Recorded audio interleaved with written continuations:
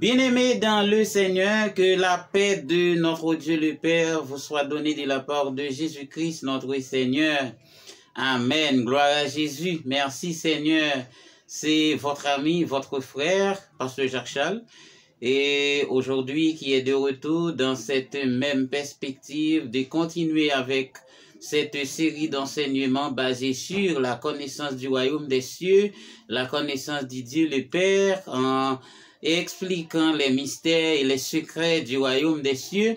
D'ores et déjà, je tiens à vous souhaiter bienvenue sur TV du royaume des cieux à tous les nouveaux abonnés. Donc, merci d'avoir partagé ce travail et qui vise en quelque sorte l'évangélisation à travers le monde sur le royaume des cieux, l'enseignement des mystères et des secrets et autres. Donc, une fois de plus, merci de nous rejoindre.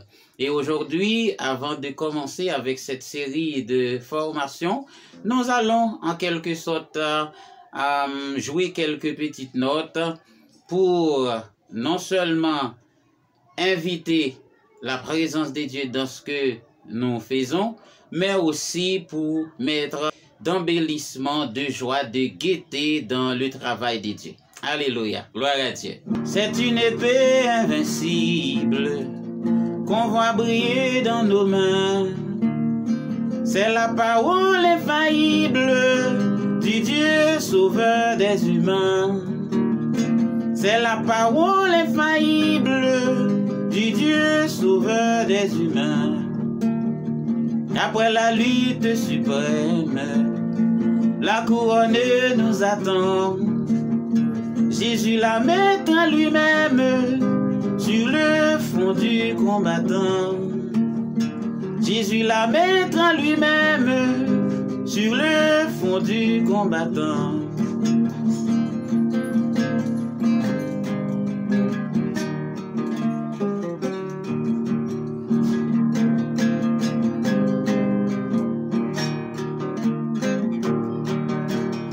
Jésus la met en lui-même sur le front du combattant. Jésus la met en lui-même sur le front du combattant. En résumé, on a vu que Dieu exige tout premier-né de la création, que ce soit d'entre les bétails, les êtres humains ou les choses. Dieu revendique tout premier-né, les premiers grains de nos jardins. Mais pourquoi? Le plus souvent, on entend les ordonnances, comme il est écrit dans Romains 2, le verset 13.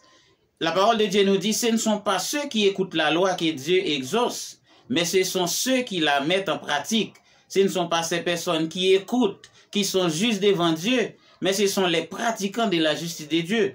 Parfois, dans la théorie, on entend que Dieu dit d'apporter les premiers-nés donc dans la maison de l'Éternel. Mais on ne se demande pas, on ne s'interroge pas vraiment pourquoi est-ce que Dieu nous demande de le faire.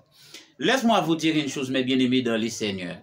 Il est important de suivre les ordonnances, les préceptes, les commandements de Dieu. Mais il est aussi encore plus important lorsque nous connaissons pourquoi est-ce que nous faisons les choses. Même en adorant Dieu, pourquoi est-ce que nous l'adorons? Nous aimons Dieu, pourquoi est-ce que nous l'aimons? Nous servons le Seigneur, mais pourquoi est-ce que nous le servons? Donc ça c'est important, c'est un point vraiment important dans les activités que nous sommes en train de faire pour le Seigneur. Lorsque le Seigneur nous a demandé tout premier-né, mais pourquoi? Ça c'est là, eh bien, qu'il faut réfléchir, qu'il faut penser. Donc pourquoi est-ce que Dieu nous demande tout premier-né de la création? Alors avant de développer cette question, je dois vous rappeler ce qu'on a vu avec les chiffres 1. On a dit que le chiffre 1, c'est le chiffre de l'unité. Donc, c'est le chiffre du Dieu le Père en tant que alpha.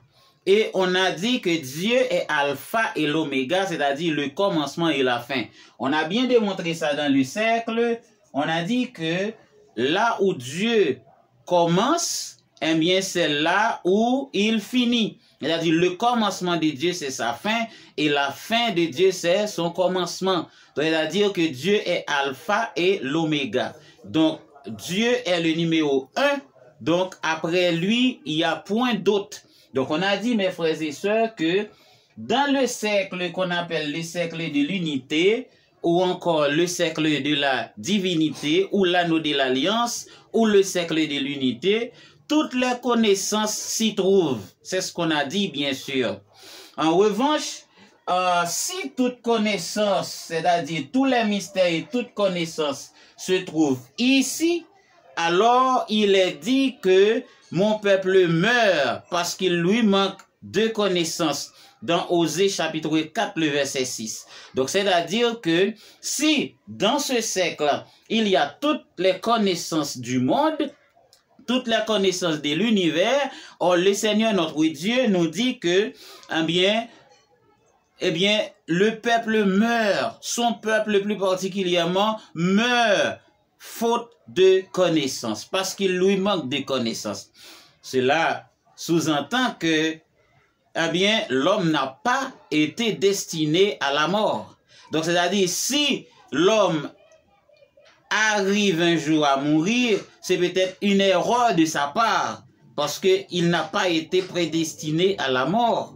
Dieu n'a pas voulu voir la mort de l'homme.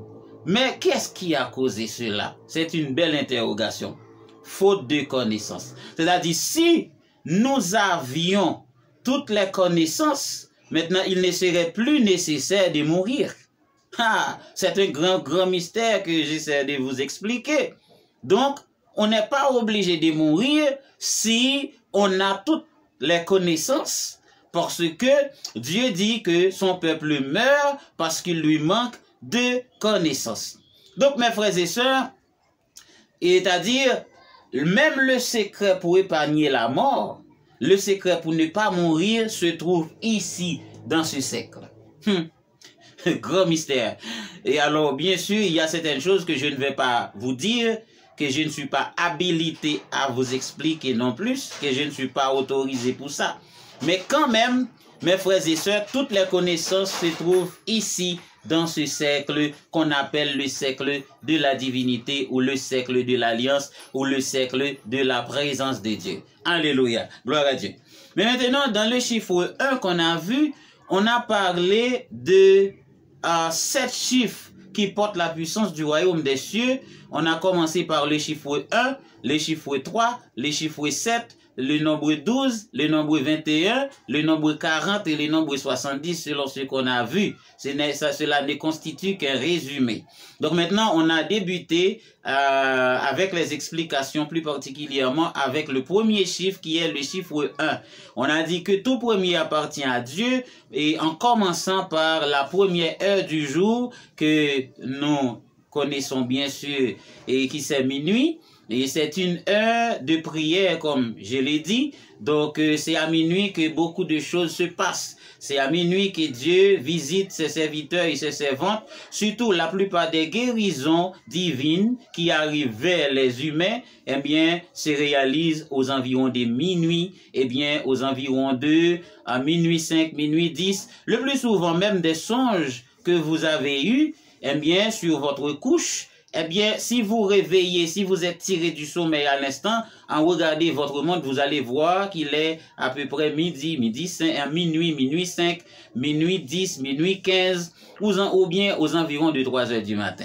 Donc, c'est-à-dire, on a parlé de 7 heures de prière, comme minuit, qui est la première heure du jour, qui c'est l'heure du Dieu le Père, 3 heures du matin, l'heure de la Trinité, à 7 heures, qui c'est l'heure de la grâce, à 9 heures, à 12 heures, à 21h, qui c'est 9h du soir, et à 23h. 23h, c'est la dernière heure du jour, puisque Dieu est alpha et l'oméga. Si le premier lui appartient, comme on a dit, le dernier lui appartient également. Donc, mes frères et sœurs, mes bien-aimés, mes amis dans le Seigneur, beaucoup de choses à expliquer, mais il nous manque de temps pour vous expliquer en détail. Mais quand même, que le Saint-Esprit vous aide à mieux comprendre et à augmenter votre compréhension dans la parole de Dieu. Amen. Alléluia.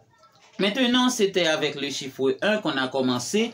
On a expliqué beaucoup de choses, mes amis, dans le Seigneur. On a dit que, eh bien, c'est à cause de cela que Dieu a enlevé tous les premiers-nés d'Égypte. Ils lui appartiennent. Les premiers-nés lui appartiennent. Et c'est pourquoi qu'il a le droit de les enlever et a mis, eh bien, la nation égyptienne en défaillance ce soir-là. À minuit, l'ange de la mort passe au-dessus de chaque maison en tuant tous les premiers-nés, soit d'entre les humains ou les animaux, etc. Comme vous connaissez l'histoire parfaitement bien, c'est ce que je ne vais pas vous enseigner moi-même. Donc j'enseigne les mystères et les secrets. Maintenant, on continue, mes frères et sœurs. Donc, on a dit que, eh bien, dès qu'on parle de premier-né, eh bien, on dit cela appartient à l'Éternel, qu'on a trouvé ça dans Exode, chapitre 25. C'est une ordonnance de Dieu, eh bien, donnée au peuple d'Israël via son serviteur Moïse.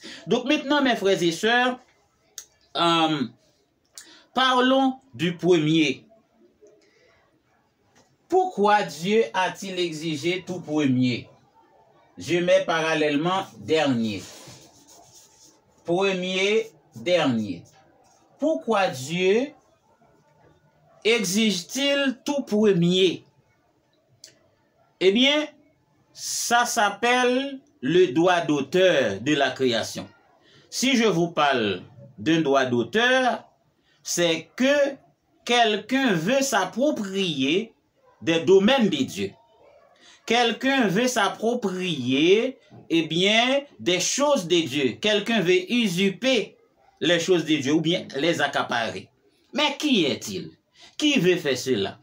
Eh bien, celui qui désire accaparer les biens de Dieu, il s'appelle Lucifer. Étant donné qu'il était dans le royaume, qu'il servait Dieu dans le royaume étant que chef d'orchestre, Ézéchiel chapitre 28, non seulement chef d'orchestre, il était aussi chérubin protecteur. Il était de l'autre côté le fils de l'aurore, elle a dit, qui apporte la lumière du jour. Ah, de grands mystères. Un jour, il voulait se faire Seigneur. Il voulait prendre la première place en disant, je monterai sur le trône de Dieu et je serai semblable au Très-Haut. Et Ézéchiel chapitre 28. Et c'est alors, en voulant la première place, qu'il a été précipité. Parce que Dieu est premier, et c'est pourquoi qu'il est écrit dans la Bible, mes frères et sœurs, les premiers seront les derniers, et les derniers seront les premiers. Étant donné que Lucifer a voulu la première place, Dieu l'a bousculé jusqu'à l'arrière. S'il y a une dernière chose qui existe, eh bien, il s'appelle maintenant Lucifer. Alléluia. Gloire à Jésus. Merci Seigneur. Maintenant, mes frères et sœurs, regardez dans Matthieu 20, le verset 16. Parce qu'il a voulu la première place, il tentait de renverser le gouvernement de Dieu pour se faire passer comme Seigneur. Eh bien, Dieu l'a chassé, l'a précipité. Et c'est alors que la malédiction des premiers, eh bien, va s'étendre sur tout ce qui existe. Ça, c'est un premier cas. Le premier cas, c'est que Dieu est propriétaire de toutes choses. Dieu revendique tout premier étant qu'un droit d'auteur de la création. Deuxièmement, c'est parce qu'il y a aussi une sorte de malédiction sur les premiers-nés. Je vais expliquer tout à l'heure. En parlant de usurpateur, quand je parle des usurpateurs, c'est-à-dire quelqu'un qui veut se faire avoir un titre qui ne lui convient pas.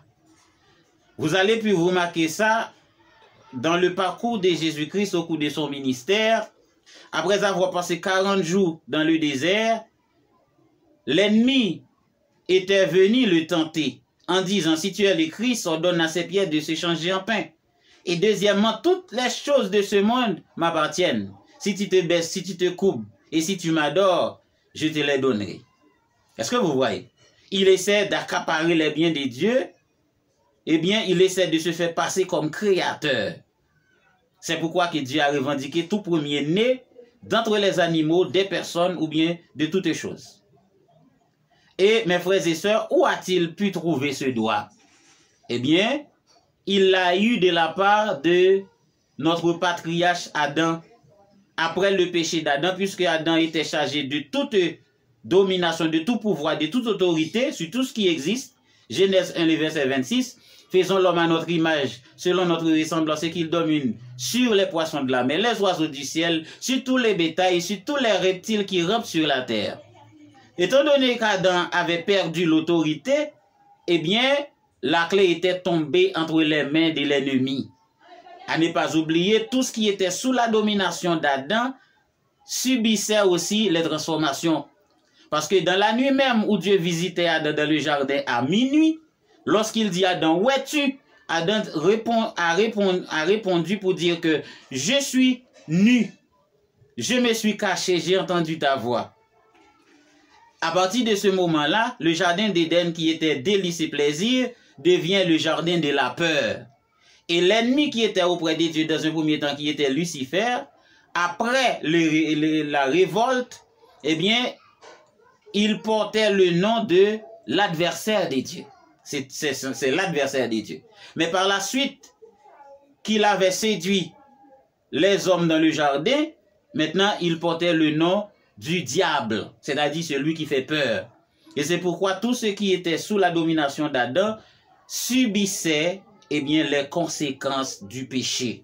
Alléluia. Gloire à Dieu.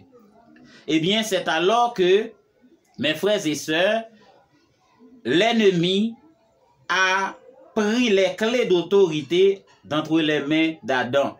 Et depuis le péché d'Adam et Ève, si vous ne le saviez pas, je vous le dis, jusqu'à la venue de Jésus-Christ, c'est cet ennemi-là qui dirigeait le monde.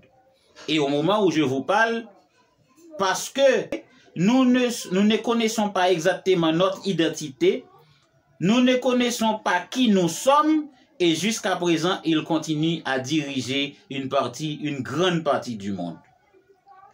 Donc maintenant, mes frères et sœurs, mes bien-aimés, cet ennemi, cet adversaire que je vous parle, et une raison est certaine et claire, il a réussi à bénéficier, à récolter, c'est un grand mystère, le premier fruit de l'homme. Il a récolté le premier fruit de l'homme, et c'est pourquoi que Dieu a jeté le sort à tout premier-né. Par exemple, Caïn n'était pas le fils d'Adam, c'était le fils du diable. Et c'est pourquoi que Caïn a tué son frère Abel. Caïn a tué son frère. Il a récolté le premier fruit de Ève dans le jardin. Ça, je ne vais pas vous l'expliquer, mais vous devez le comprendre. La plupart du temps, on vous présente un arbre, on vous présente des fruits, des pommes. Il mangeait des pommes. Il y avait un arbre dans le jardin. Dieu dit ne pas toucher, qu'il ne faut pas toucher. Voilà. L'arbre, ce n'est pas ce que vous pensez. Parce que l'homme, le symbole de l'homme, c'est arbre. C'était un homme qui était dans le jardin. Et cet homme-là, c'était Lucifer. Parce qu'il y était avant l'homme. Ça, c'est un autre grand mystère. Psaume 23 nous dit que il est comme un arbre planté près d'un courant d'eau. Vous allez trouver ce passage aussi dans Jérémie. Lorsque le roi Nebuchadnezzar a eu le songe en voyant un géant arbre, Daniel dit, mon roi, le géant arbre, c'était vous. Alors c'est une façon pour vous dire que l'arbre symbolise toujours l'homme. Chaque fois que vous voyez un arbre dans la Bible, ça c'est le symbole d'un homme. Donc maintenant, il était dans le jardin et il arrive à séduire Ève. lorsque je parle de séduction, vous commencez à avoir une petite idée. Il a séduit Ève, et puis voilà, le chaos. Mes frères et sœurs, on n'y est pas là. On parle de la malédiction des premiers-nés. Premièrement, Dieu revendique tout premier-né parce qu'il le revendique comme un droit d'auteur de la création. Puisqu'il est alpha, tout premier lui appartient. Deuxièmement, c'est parce qu'il y a une malédiction qui est pendue sur les premiers-nés. Il y a une malédiction qui s'est répandue sur tous les premiers-nés. L'ennemi, qui est Satan le diable, a voulu la première place, les premiers grains. Même, il a bénéficié de la faveur d'Adam et Ève pour avoir les premiers produits du jardin et de l'homme. Caïn étant le premier-né des hommes, il était maudit et Dieu lui a jeté un sort de vagabond. Dieu lui a dit que tu seras un vagabond sur la terre. Cette malédiction, eh bien, est partout dans tout ce qui existe, tout premier. Et c'est pourquoi que Dieu vous dit, Dieu vous ordonne de lui en apporter afin de les bénir pour vous. Donc si vous apportez votre premier enfant à Dieu, eh bien, il ne sera plus maudit. Si vous apportez les premiers grains à Dieu de votre jardin, eh bien, il ne sera plus maudit. Si vous apportez le premier de votre bétail, eh bien, il ne sera plus, eh bien, maudit. C'est la raison pour laquelle Dieu a exigé tout premier-né. Je vais vous dire une chose, et c'est très explicite. Dans la Bible, Dieu n'a jamais utilisé les premiers-nés, si vous le suivez dans la Bible. Prenez ça comme exemple. Comprenez bien. Le premier-né, c'était Caïn. Il a tué son frère Abel, et Dieu l'a maudit.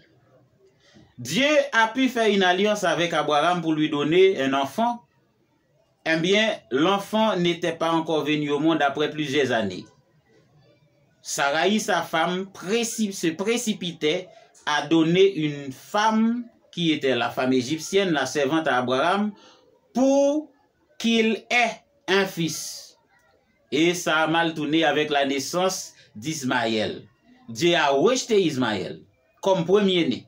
Et maintenant, par la suite, allait venir Isaac, eh bien, que Dieu accueille favorablement, et qui aussi, Dieu en a demandé à Abraham en sacrifice. Alléluia, gloire à Jésus.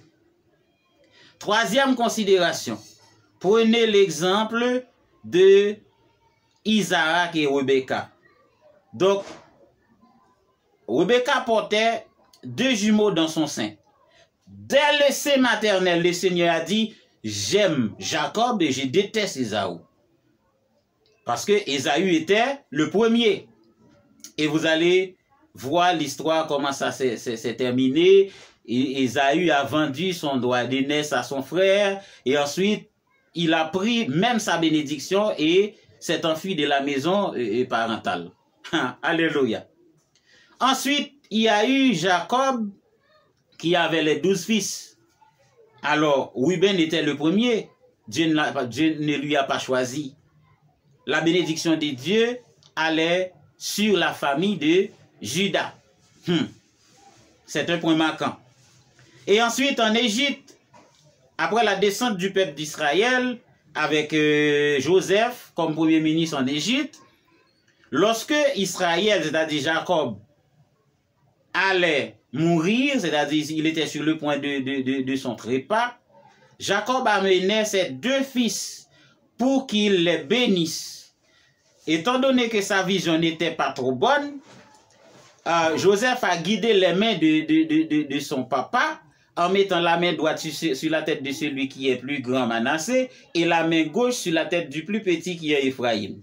Même au moment où il a perdu sa vision, et encore il était en défaillance, Jacob savait qu'il devait se changer les mains en mettant la main droite sur la tête du plus petit et la main gauche sur la tête du plus grand. Parce que le plus petit sera plus grand, comme il est écrit dans la parole de Dieu. Les premiers seront les derniers et les derniers seront les premiers. À cause de la malédiction de Lucifer, que nous appelons encore la malédiction de Caïn. Et encore une fois avec le roi Salomon. Il y avait Adonijah et Salomon, eh bien, qui devait, en fait, qui était candidat pour substituer David, le père. Eh bien, le moment était venu, David était à l'agonie. Adonijah s'organisait pour prendre le royaume. Qu'est-ce qui s'est passé? Jusqu'à la dernière minute, le royaume était tombé d'entre les mains du roi Salomon. Dieu a rejeté Adonijah. Et tout au long de la Bible, vous allez trouver exactement que Dieu n'a jamais utilisé les premiers-nés. Et même Jésus-Christ, notre Seigneur, qui est le premier-né de Marie, eh bien, qu'est-ce qui s'est dit dans la Bible? Eh bien, maudit quiconque est pendu au bois. Même Jésus-Christ, la malédiction est tombée sur lui. C'est pourquoi il est dit aussi que c'est de nos fardeaux qui s'est chargé et le châtiment qui nous donne la paix est tombé sur lui et c'est par ses maîtrisures que nous sommes guéris. Vous connaîtrez la vérité et la vérité vous affranchira. Alors mes frères et sœurs, si je vous parle des premiers-nés que Dieu exige avec toutes ces illustrations, donc maintenant, qu'en est-il pour le dernier? Si tout premier lui appartient, évidemment, sans l'ombre d'un doute, tout dernier lui appartient car il est alpha et l'oméga, c'est-à-dire le commencement et la fin. C'est pourquoi la parole de Dieu nous dit qu'au 7e jour, Dieu s'est reposé de son ouvrage et il le consacre et le bénit comme un jour saint. Le 7e jour. Maintenant, le 7e jour que l'on appelle le jour du sabbat. Sabbat qu'on traduit par le jour de repos. Aujourd'hui, Dieu va enlever le sceau du sabbat. Elle a dit le sabbat est scellé jusqu'au moment où je vous parle parce que dans la religion, il y a tellement de confusion, les gens se discutent, ils se battent entre eux. Faute de la connaissance, faute de révélation. Proverbe chapitre 28, quand il n'y a pas de révélation, le peuple est sans frein. Amen. Gloire à Dieu. Maintenant, que veut dire sabbat? Alors, tout dernier appartient à Dieu aussi. Le premier salaire de votre travail appartient à l'Éternel. Si vous le saviez, le dernier aussi lui appartient. Même au moment de votre révocation. Si vous le saviez, grand mystère. Maintenant, mes frères et sœurs, pas seulement le 7e jour, il y a aussi le 7e année que nous appelons l'année sabbatique. Qu'est-ce que ça veut dire exactement le jour du sabbat? C'est-à-dire, si vous adorez Dieu le premier jour de la semaine, comme notre Seigneur Jésus-Christ est ressuscité le premier jour de la semaine. Matthieu chapitre 28. À minuit. Au premier jour de la semaine. Et bien maintenant, le dernier jour, c'est le jour de l'oméga, consacré à notre Dieu. Eh bien, si on adore Dieu le premier jour, le dernier jour, il faut l'adorer également. Et c'est pourquoi que les adventistes ont raison d'adorer Dieu le samedi. Et pour les autres dénominations, ils ont aussi raison d'adorer Dieu le dimanche. Mais ils sont un petit peu dans la confusion parfois. Ils se luttent entre eux, ils se discutent entre eux. Pourtant, dans chaque religion, il y a une petite vérité. Mais le plus souvent, le problème, c'est qu'on veut prendre cette petite vérité-là pour faire en devenir la vérité absolue de Dieu, qui est totalement faux. Les adventistes ont raison d'adorer le samedi. Tiens aussi ont raison d'adorer Dieu le dimanche. Parce qu'ils sont deux jours, le premier et le dernier, qui sont le jour de l'alpha et le jour de l'oméga. Alléluia. Gloire à Dieu. Maintenant, que veut dire le sabbat? Exactement le mot sabbat, qui est le 7e jour qui est consacré, son vrai sens signifie le jour de grâce. Le jour de grâce. C'est la raison pour laquelle on dit le chiffre 7, c'est la puissance de la grâce. Je vais vous montrer ça aussi par des démonstrations. Lorsque nous lisons, mes frères et sœurs, dans Exode, chapitre 23, le verset 10, il nous parle de l'année sabbatique. Le Seigneur ordonne au peuple d'Israël, quoi? De travailler la terre pendant 6 ans. Au 7e année, eh bien, il faut faire ce qu'on appelle le relâche. C'est-à-dire, on laisse la terre sans travailler. Et le Seigneur les a promis qu'il allait se préoccuper d'eux, qu'il allait pourvoir à leurs besoins. Mais ils ont refusé la grâce de Dieu. Ils ont dit, eh bien, bon, on va travailler toutes les années. Eh bien, dans ce cas, ils se sont rebellés contre Dieu en travaillant la terre sans relâche. Pour cette raison, Dieu les a envoyés en captivité pour passer 70 ans. Qui étaient les 70 ans dont la terre n'était pas reposée. C'est-à-dire, ils n'avaient pas voulu la grâce de Dieu. Ils travaillaient la terre pendant tout le temps, sans relâche. Et Dieu avait voulu qu'ils ne travaillent pas. Dans la 7e année, Dieu va les nourrir lui-même. Parce qu'il peut tout, il est capable de tout. Mais ils n'ont pas compris tout cela.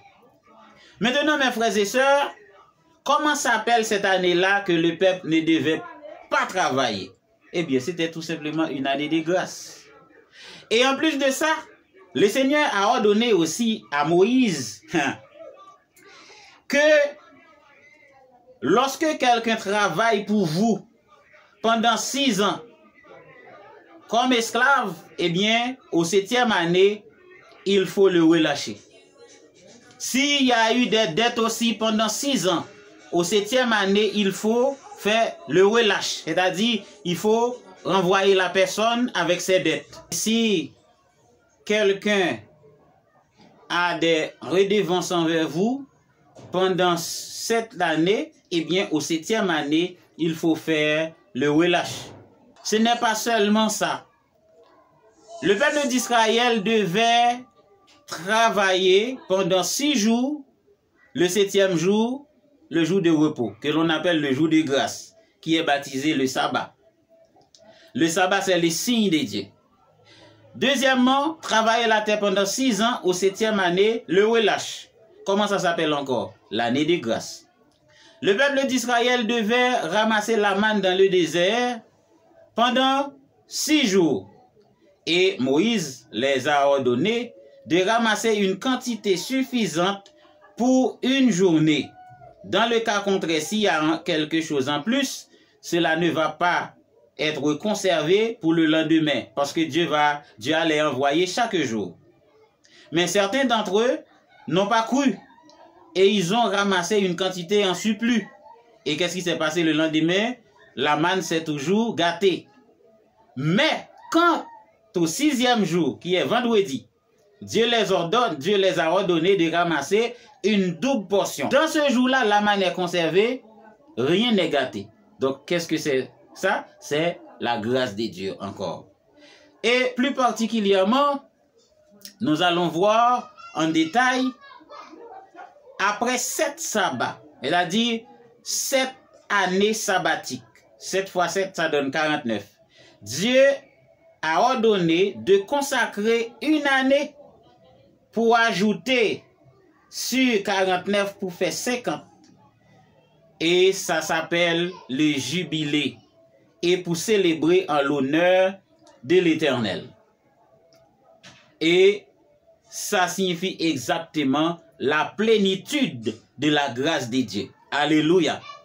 Et ce n'est pas sans cause que, après avoir que le peuple a quitté l'Égypte, eh bien, Dieu a envoyé les 10 commandements après 50 jours. Après 50 jours du départ du peuple d'Israël d'Égypte, Dieu a envoyé les 10 commandements. Jésus-Christ notre Seigneur, après être ressuscité, après qu'il était monté vers le Père, 50 jours après, eh bien, le Saint-Esprit est venu. Encore la grâce de Dieu. Maintenant, vous allez comprendre que le sabbat signifie exactement le jour de grâce. Comme on parle de l'année sabbatique, comme on parle de 7 sabbats plus une année sanctifiée égale les jubilés. Donc, à travers toutes ces expériences, tous ces exemples, eh bien, mes frères et sœurs, le sceau du sabbat est enlevé aujourd'hui. C'est-à-dire que pour ceux qui discutent entre les jours pour adorer Dieu, eh bien, il y a véritablement 2 jours qu'il faut se présenter devant Dieu. On appelle 2 jours de la sainte convocation pendant une semaine. Le premier et le dernier jour. Le dimanche et le samedi. C'est-à-dire que, mes frères et sœurs, les discussions futiles et banales doivent s'arrêter là à partir de cette révélation que le Seigneur vous envoie comme la grâce. Alléluia. Nous bénissons le nom de notre Dieu. Nous disons merci aussi à tous nos amis, à tous nos frères et sœurs qui vont partager ce message à travers le monde. Vous connaîtrez la vérité et la vérité vous affranchira. Si vous visitez notre channel pour la première fois, ne les quittez pas sans avoir pressé subscribe ou bien abonner. Et par la suite, partagez-le avec vos amis, vos proches. Et c'est un travail en plus que vous faites pour le royaume des cieux. Il est écrit que la moisson est grande, mais il y a peu d'ouvriers. Mais convertissez vous-même en ouvrier pour le royaume des cieux dès aujourd'hui. Que le Seigneur vous bénisse et qu'il vous garde. C'était votre frère et votre ami, Pasteur Jacques Charles. Allez, je vous aime dans le Seigneur.